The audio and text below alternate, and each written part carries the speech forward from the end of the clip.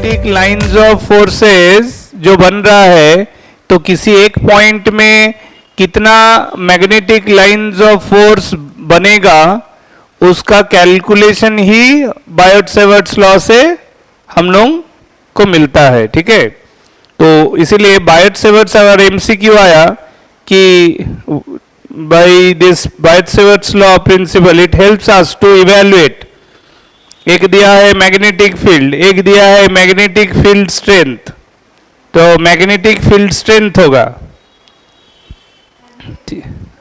Magnetic field तो एक reason है, मैग्नेटिक फील्ड हम लोग बहुत कॉमन वर्ड यूज करते हैं मैग्नेटिक फील्ड, वो रॉन्गली यूज करते हैं। तो बेसिकली हम लोग बायोट-सेवर्ट्स लॉ से मैग्नेटिक फील्ड नहीं निकाल सकते। मैग्नेटिक फील्ड एक एरिया है जो मैग्नेटिक लाइंस ऑफ फोर्स से इन्फ्लुएंस है, मैग्नेटिक कैरेक्टर से इन्फ्लुएंस है। तो हम लोग उस फील्ड रीजन में किस पॉइंट में कितना स्ट्रेंथ है वो इवैल्यूएट करते हैं with the help of this Biot Savart's law. समझ में आया कि नहीं आया? तो मान लो अगर मेरे पास ये एक स्ट्रेट वायर है, ठीक है, इस स्ट्रेट वायर में मैं एक छोटा सा सेगमेंट ऐसे एज्यूम करूं, let this is be the small segment of length dl, let it is carrying current in it. ये कंडक्टर है, स्ट्रेट वायर है, इसमें I करंट फ्लो कर रहा है। So on this conductor I have taken a small segment of length dl। तो ये जो हमारा वर्ड होता है करंट एलिमेंट, ठीक है, ये करंट एलिमेंट का मतलब है IDL, current element is IDL। समझ में आया कि नहीं?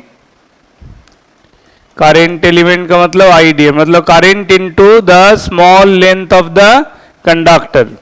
तो इसको एक वेक्टर की तरह ट्रीट किया जाता है, इसको एक वेक्टर की तरह ट्रीट किया जाता है, IDL वेक्टर। ठीक है, अब यहां से अगर r डिस्टेंस में, r रेडियस वेक्टर है, there is a point P suppose on the plane of this board. ठीक है, on the plane of this board there is a point P that is at a distance r from this one out of various possible current element appearing on this conductor। तो इसके वजह से ये जो current element being it is taken as a vector, तो हम लोग यहाँ एक ज्योमेट्रिकल एंगल एज्यूम करेंगे between current element and radius vector as theta. ठीक है, क्योंकि ये थीटा का भी रोल है टू आइडेंटिफाई और to evaluate the strength of the magnetic field at P। Clear है? तो ये जो इस पॉइंट में मैग्नेटिक फील्ड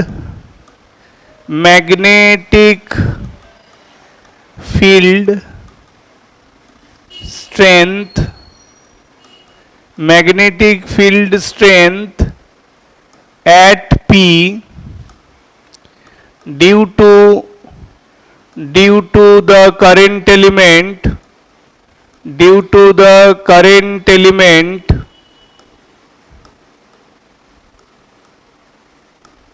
IDL है ना, due to the current element IDL at a distance r from it, at a distance r from it is given by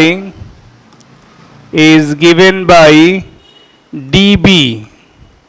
dB एक vector है जिसका mod magnitude it is directly proportional to IDL sin theta by r square.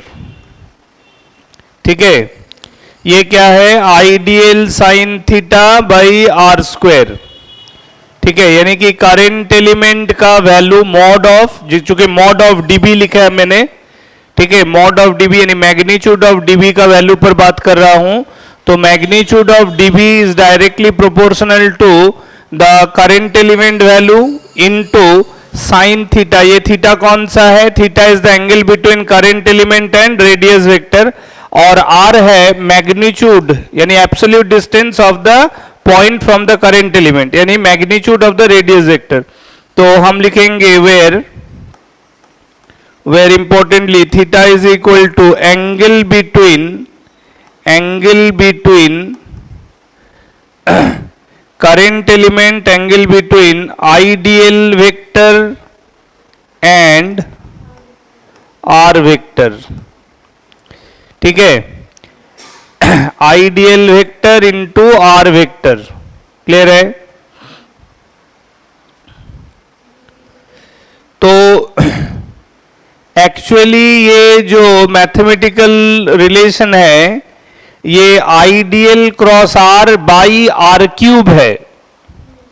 ठीक है, IDL cross R. अगर cross product में लिखें तो अच्छा, इसी को अगर मैं प्रोपोर्शनलिटी साइन को रिमूव करूं तो therefore dB will be equal to mu naught by 4 pi, ये proportionality constant, into IDL sine theta by R square. तो देखो, एक मैग्नेटिक फील्ड वेक्टर का मैग्नीट्यूड जो है वो कितने टर्म पे डिपेंड कर रहा है? ये strength of the current, length of the element, angle between current element and radius vector that is theta, and the magnitude of R यानी distance of the point from current element position. तो अगर मैं वही particular point P के लिए अलग अलग current element के लिए कैलकुलेशन करूंगा, ध्यान से देखो, by take for different position of current element, ये R का वैल्यू अलग अलग होगा कि नहीं होगा? तो यानी कि R वेरिएबल. अच्छा, ये जब करंट एलिमेंट का पोजीशन अलग होगा तो R का लेंथ और डायरेक्शन दोनों वेरी करेगा. तो यानी कि मॉड ऑफ R वेरी करेगा और थीटा भी वेरी करेगा.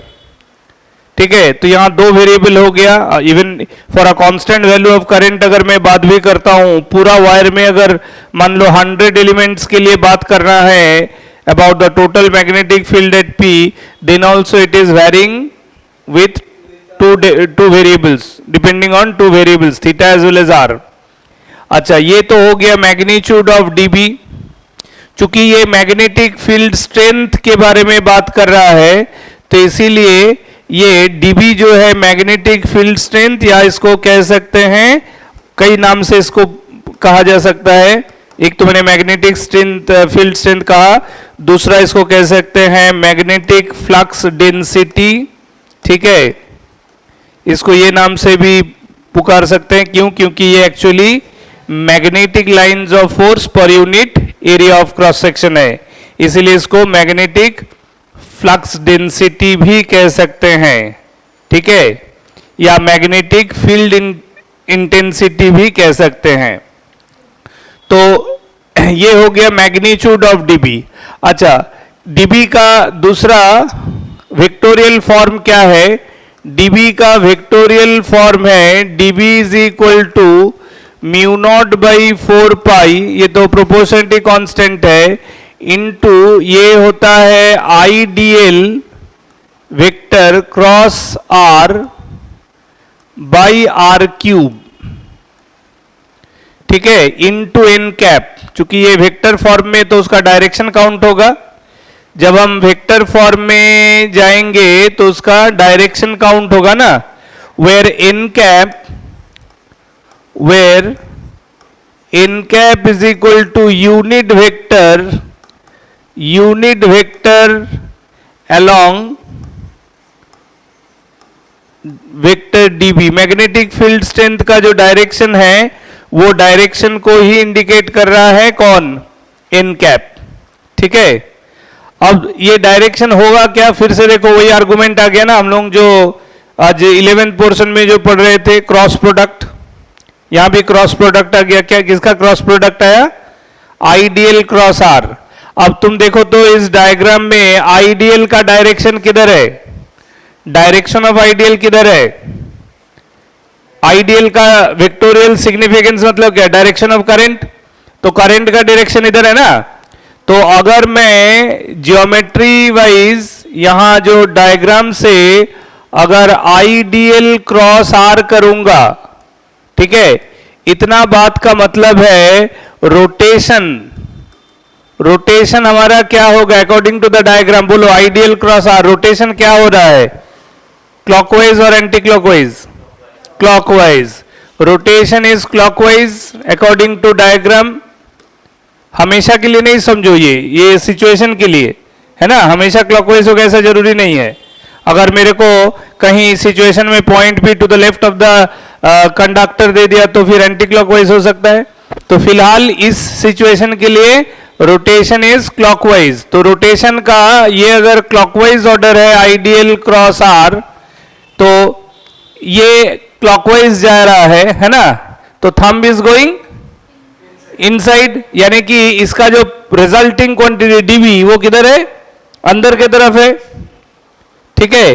तो इसका मतलब है इस पॉइंट में डीबी, अच्छा एक प्लेन से इनवर्ट डायरेक्शन को कैसे लिखते हैं, क्रॉस, एक प्लेन में इनवर्ट डायरेक्शन को क्रॉस से दिखाते हैं ना, तो ये हो गया पी पॉइंट पर डायरेक्शन ऑफ डीबी, क्लियर है। तो for one current element on the appearing straight conducting wire, we can see at a radius, at a distance r from the current element at a specific point P, due to its instantaneous position theta, magnetic field strength dB is going into the plane.